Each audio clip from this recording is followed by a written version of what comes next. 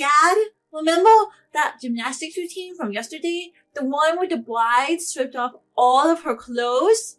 The atmosphere in the wedding reception hall went dead silent at my daughter's words. Just as the bride was about to read a letter to her parents, 5-year-old Tina blurted it out. The bride's face turned to stone, and Luke, who was holding Tina on his lap, looked like he'd seen a ghost. As the eyes of everyone in the hall turned towards our table, Tina continued. Why would she undress if it wasn't bath time? You'll catch a cold if you undress anywhere other than the bathroom. To a child, it might be an innocent question, but adults instantly understand the implication. The hall couldn't settle down. The murmur was still there. Luke took Tina outside, and the female host, although shaken, tried to continue the ceremony. Encouraged by the host, the bride tried to resume reading her letter, but her voice was clearly trembling. Usually you'd hear sniffling and see tears of emotion filling the hall, but not a sound could be heard. Tina's comment had turned what should have been a joyous event into complete chaos. I'm Bianca, 33 years old, and I live with Luke and our 5-year-old daughter, Tina. Luke has a brother who got married a bit late, at 40, to a much younger woman who's 28. Finally, they decided to tie the knot. At the family meeting about the engagement, my brother-in-law seemed utterly smitten with his fiancée. It was really heartwarming to see. Who could have thought that attending brother-in-law's wedding as a family of 3 would lead to such disaster? Naturally, after the wedding reception ended, the bridal suite turned into a scene of chaos. I immediately confronted Luke. What was that all about? That's just Tina being Tina. Don't take it seriously. Our kid just disrupted the whole ceremony. Of course, I'm rattled. And it's your lack of discipline that led to this. You need to teach her better manners. Luke then quickly handed Tina over to me and left in a hurry. I felt like he was running away from me. We were staying at Luke's parents' house that night before the wedding because it took place at a hotel near his hometown, and we live far away. His parents are genuinely kind people. They always have my back.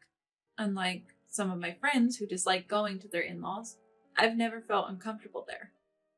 That's why we had planned to take a week-long vacation around the time of the wedding and relax at Luke's parents' house before heading home. Even though both my brother-in-law and sister-in-law are planning on living in that house, it's spacious enough to accommodate us comfortably. Tina, who's usually told not to run around in our cramped apartment, seemed excited and restless, walking all over the house to explore.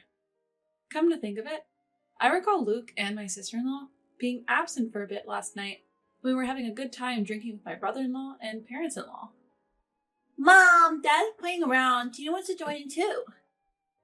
I feel like Tina did say something like that. Who would have thought that what she was referring to was Luke and my sister-in-law cheating? In the bridal suite, my brother-in-law and sister-in-law spent a long time talking. Eventually, we decided to head to the after party where our friends were waiting. As for Tina and me, we ended up going back to my parents-in-law's house. If what Tina said is true, I am so sorry. While returning from the hall, my mother-in-law kept apologizing to me, looking genuinely regretful. Please stop. Luke is the one who's at fault here. Mother-in-law, you've done nothing wrong. It's my fault for not properly teaching him how to treat women. No family could possibly teach that level of decency. When we arrived at the parent-in-law's home, Luke was already back, sitting alone, watching TV and drinking a beer. Standing tall, my mother-in-law broke the ice. So, what kind of gymnastics are we talking about? I'd love to see it. That's not it. I was just asking my future sister-in-law to look after my brother. What a considerate younger brother you are. But I can't imagine Tina lying. She's only 5 years old, and she often says strange things. Tina is my granddaughter, and she's very bright. So, you're taking the word of a bad girl over your own son? Don't you dare call my precious granddaughter a bad girl. Are you getting mad? Both mother-in-law and I have our suspicions about Luke, but we can't really push it further based solely on the word of a 5-year-old. Luke won't admit anything. He just went into a sulk and locked himself in his room. 2 days after the wedding, both mother-in-law and I kept an eye on Luke, but he didn't do anything suspicious. Well, brother-in-law and sister-in-law went off on their honeymoon, so it's not like he had a chance to be suspicious anyway. Meanwhile, Tina, ever the little explorer around the house, found something unbelievable. Mommy, what does this say? Tina can't read cursive yet. You shouldn't be going through Grandma and Grandpa's stuff. No, it's not like that. I found this in Dad's bag. Is it a letter? Tina's written to her friends at preschool before. Let me see. Shockingly, it was a letter from sister-in-law to Luke. No, calling it a letter doesn't quite do it justice. It was undeniably a love letter. The letter read, "Dear Luke, the day before the wedding was so exciting, wasn't it? We have to be cautious for a while since we're being watched at home. But we'll definitely have a chance, so don't give up. You're the only one I love, Luke. The reason I married an older man is so I could be with you. Come get me soon." I couldn't let myself break down in front of Tina, so I forced myself to keep my composure. This is a work-related letter, so Mom will take care of it, okay? Okay, Tina replied cheerfully, heading off on another household adventure. So Tina wasn't mistaken after all. She really did see what was happening. I calmly took a photo of the letter and placed it back into Luke's bag. Then I went to the kitchen where mother-in-law was making pickles. Mother-in-law, Tina found a love letter that sister-in-law sent to Luke. What? As I showed the photo of the letter I had taken on my phone, mother-in-law made a face. What is this? It's disturbing. This is unfair to brother-in-law. Why have such a flashy wedding if this is going on? If she didn't love him, why did she marry him? Mother-in-law is visibly angry, her face turning red. At this point, I decided to tell mother-in-law something that had been bothering me. Luke said he has to go back alone tomorrow because work suddenly came up even though he was supposed to be on vacation. Mother-in-law looks up at me as if deep in thought. Doesn't that seem odd? Exactly. Mother-in-law and I exchanged glances, both of us seemingly concerned about the same thing. The timing is just too perfect. Plus, his brother and his wife are on their honeymoon in Hawaii. Do you think they're planning to meet up there? I nodded in agreement. I hate to say it, but brother-in-law is a very kind person who, unfortunately, is a bit naive and easily deceived. There's no doubt in my mind that the two of them plan to have a secret meeting without brother-in-law noticing. After all the trouble to finally get married, and he ends up with a woman like that. It's even sadder because they seemed so happy. Let's go. With that, mother-in-law suddenly stood up and began washing her hands. All right, start packing for Hawaii. Your father's coming too. What? I was genuinely surprised by mother-in-law's sudden declaration, but she looked at me and smiled, clearly pleased. We're going to expose everything. Do they have any idea how much we spent on that wedding? Just because he's marrying a younger woman, we even chipped in 30 grand. This is no joke. We're definitely getting that back. I couldn't help but applaud mother-in-law's determination and immediately started to prepare as well. For some reason, mother-in-law seemed strangely excited, but deep down, I was excited too. Just wait. We'll make them wish they were never born. The next morning, Luke was having breakfast, trying too hard to keep a straight face. It's really a shame you have to work after finally getting some time off. Just relax and enjoy your time. Even though no one was listening, Luke loudly announced his departure and left. In a flurry, we quickly packed our bags. Our parents-in-law, Tina, and I left about 2 hours behind them. Luckily, we got the tickets and a hotel with no issue. Tina is thrilled, shouting, Plane! Plane! Plane! We choose a lodging spot a bit away from the hotel where we heard brother-in-law would be staying, so we wouldn't attract attention. Upon arrival, mother-in-law decided to call brother-in-law to see how things were going. "How's Hawaii?" Responding to mother-in-law, brother-in-law's relaxed voice came through the speakerphone. "It's warm and relaxing. We're planning to go to Sea Life Park, Hawaii tomorrow. Look forward to some souvenirs." Brother-in-law seemed to be having a great time, but mentioned, "Well, my wife is going out to dinner with a friend who lives in Oahu tonight, so I'll be alone." Hearing that, mother-in-law lifted her gaze and exchanged glances with me. No doubt, Luke and sister-in-law are probably having a secret meeting tonight. "Well, enjoy Hawaii." Mother-in-law decided to hang up, perhaps concluding that now was not the time to say anything. It's sad for brother-in-law, who is in the dark about all of this. Who would have thought we'd catch Luke and sister-in-law on a date as soon as we landed? Though we have valuable information, my emotions were a mess. I wish it were a lie. I wish it were just sister-in-law's one-sided affection. But Luke had followed her all the way to Hawaii. Ignoring this wasn't an option anymore. After discussing with my parents-in-law, we decided that father-in-law, who could blend in the most, should tail sister-in-law as she left the hotel for her date tonight. Father-in-law put on a hat and a mask and transformed him into an unnoticeable passerby in a second. "Way to go, Dad. You're completely unnoticeable." Tina also says, Grandpa, it suits you. She's delighted. Whether he's being praised or teased, father-in-law, easily influenced by mother-in-law's words, decided to stake out at a cafe in front of the hotel, where brother-in-law and his group are staying. "Hun, your mission is threefold. 1. Follow daughter-in-law as she leaves the hotel. 2. Confirm she's meeting with Luke. And 3. Keep an eye on her until she enters and leaves another hotel. Got it?"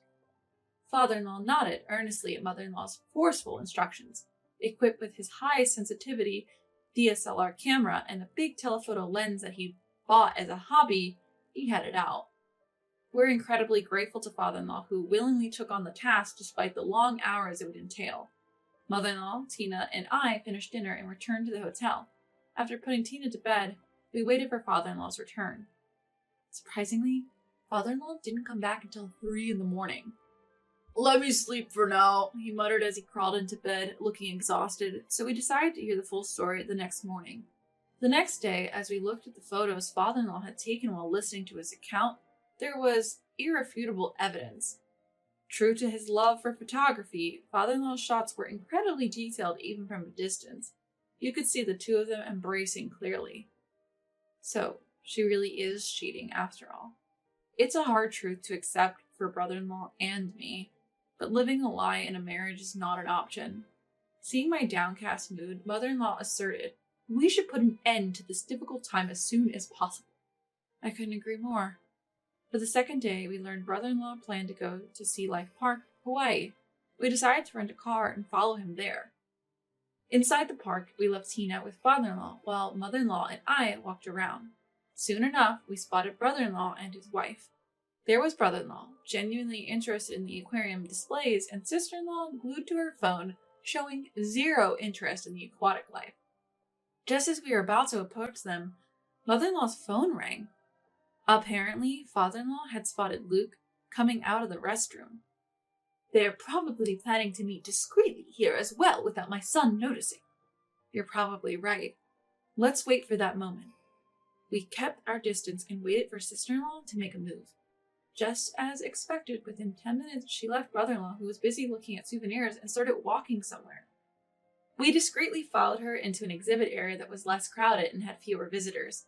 Once she found Luke, she immediately leapt into his arms and hugged him. Doing this without even realizing we were watching?